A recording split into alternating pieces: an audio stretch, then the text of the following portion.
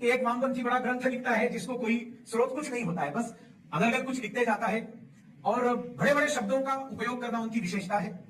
और आप पढ़ना शुरू करेंगे तो एक दो पन्नों में ही पुस्तक बंद करके रखोगे, क्योंकि इतना हेवी रहता है कि आपको लगेगा कि ये क्या पढ़ना है, लेकिन उसमें कुछ कंटेंट नहीं रहता है, उसमें कोई रेफरेंसेस नहीं रहते हैं। फिर कुछ वर्ष बाद दो तीन वामपंथी कुछ पुस्तक लिखते हैं और उसमें वो इस पुस्तक का रेफरेंस देते हैं, देखो इन्होंने लिखा है, इन्होंने लिखा है, इन्होंने लिखा है।